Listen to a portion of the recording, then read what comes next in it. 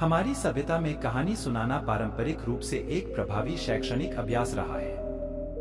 वर्षों से शिक्षक, माता-पिता और समाज सामान्य रूप से गहरे सिद्धांतों को आसानी से समझने और गलत धारणाओं को सही करने के लिए इस उपकरण का उपयोग कर रहे हैं।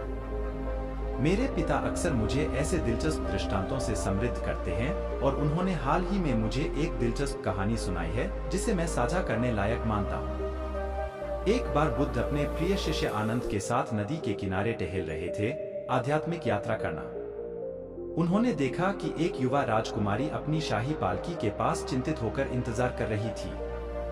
वह पास के राज्य से लौट रही थी और एक औपचारिक कार्यक्रम में भाग लेने के लिए महल पहुंचने की जल्दी में थी।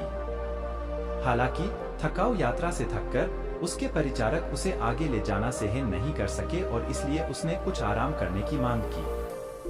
हालांकि राजकुमारी परेशान नहीं हुई और यह सुनकर उत्तेजित हो गई। बुद्ध ने मदद की पेशकश करने का फैसला किया और आनंद को अपने साथ लेकर राजकुमारी को अपनी पालकी में काफी दूरी तक ले गए। उदारता के इस कार्य ने उसके परिचारकों को इस बीच खुद को तरोताजा करने की अनुमति दी। एक बार जब परिचारक शेष यात्रा करने के लिए सहमत हो गए, तो दोनों भिक्षुओं ने श्रद्धा से सिर झुकाया और चलने का फैसला किया।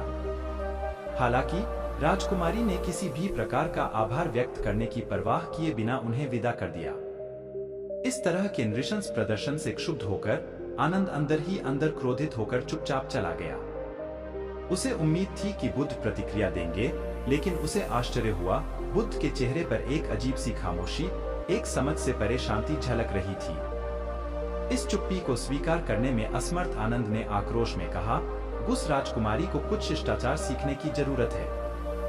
वह हमारी मदद की थोड़ी सराहना कर सकती थी। बुद्ध धीरे से मुस्कुराए और बोले, आनंद, हमारी निराशा हमारी अति उम्मीदों का परिणाम है।